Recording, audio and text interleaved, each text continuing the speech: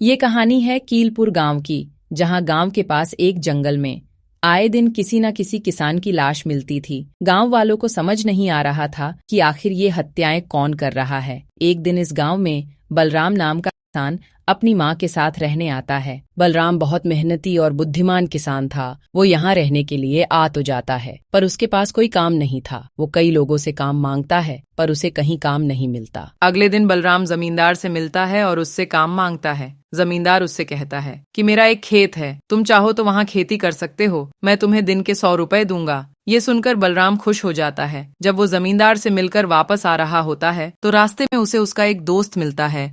बलराम उसे सारी बात बताता है। दोस्त जमींदार वाली बात सुनकर चौंक जाता है और बलराम से कहता है कि अरे, ये क्या बोल रहे हो।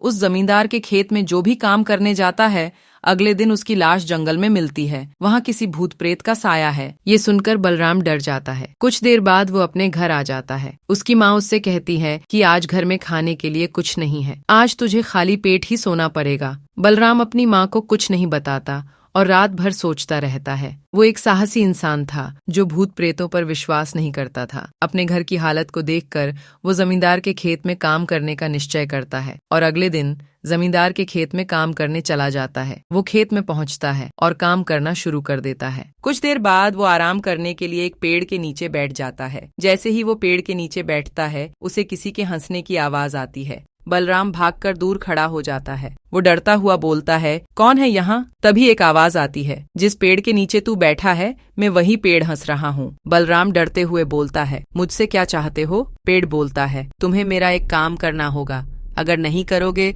तो बाकी सब की तरह मैं तुम्हें भी मार दूंगा। बलराम बोलता है, कैसा काम?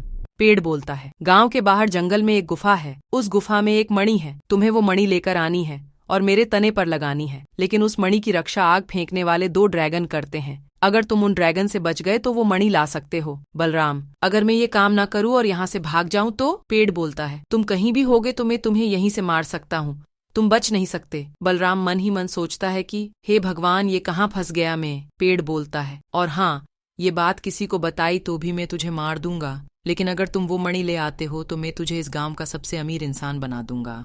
बलराम मणि लाने जंगल की तरफ चल देता है। कुछ ही देर में वो उस गुफा के सामने होता है जहां से उसे मणि लेनी होती है। वो कुछ देर सोचता है और फिर गुफा के अंदर चला जाता है। अंदर जाते ही उसे 2 ड्रैगन दिखाई देते हैं। बलराम को देखते ही दोनों ड्रैगन बलराम पर आग बरसाने लगते हैं। बलराम पीछे हट जाता है और फिर बलराम जोर जोर से हंसने लगता है। ड्रैगन बलराम से बोलता है, तुम क्यों हंस रहे हो? बलराम बोलता है, मैं तुम्हारी आग देखकर हंस रहा हूँ। भला ये भी कोई आग है? हमारे राजा के पास एक ड्रैगन है, उसकी आग इतनी तेज है कि एक बार में ही उसने दुश्मन देश की सारी सेना को जलाकर राख कर दिया था। तुम्हारी आग तो उसके सामने कुछ भी नहीं है। ड्रैगन गुस्से से बोलता है, ऐसा कैसे हो सकता है? बलराम बोलता है, वो ड्रैगन हमारे गांव के जंगल में से एक चमकीला लाल रंग का फल खाता है, उसी फल से उसकी आग इतनी तेज हो गई है। तभी एक ड्रैगन दूसरे ड्रैगन से बोलता है कि मैं वो फल खाने जा रहा हूँ। दूसरा ड्रैगन बोलता है, लेकिन हमें तो इस मणि की रक्षा करनी है। पहला ड्रैगन बोलता है, मणि की रक्षा तू कर, मैं जा रहा हूँ। बलराम उसे दूर किसी गांव का पता बता देता है और एक ड्रैगन वहां से चला जाता है। बलराम फिर दूसरे ड्रैगन से बोलता है, क्या तुम्हें अपनी आग तेज नहीं करनी? ड्रैगन बोलता है, नहीं, मुझे मणि की रक्षा करनी है। बलराम, तो फिर तुम्हारे साथ भी वही होगा जो उस ड्रैगन ने अपने साथी ड्रैगन के साथ किया था। ड्रैगन, क्या किया था उसने अपने साथी ड्रैगन के साथ? बलराम, एक दिन गुस्से में आकर उसने अपने साथी ड्रैगन को ही जलाकर मार दिया था। इतना सुनकर दूसरा ड्रैगन भी उस लाल फल को खाने के लिए वहां से चला जाता है। फिर बलराम भी मणि को लेता है और खेत की तरफ चल देता है। वो पेड़ के पास आता है और उस मणि को पेड़ के तने पर लगा देता है।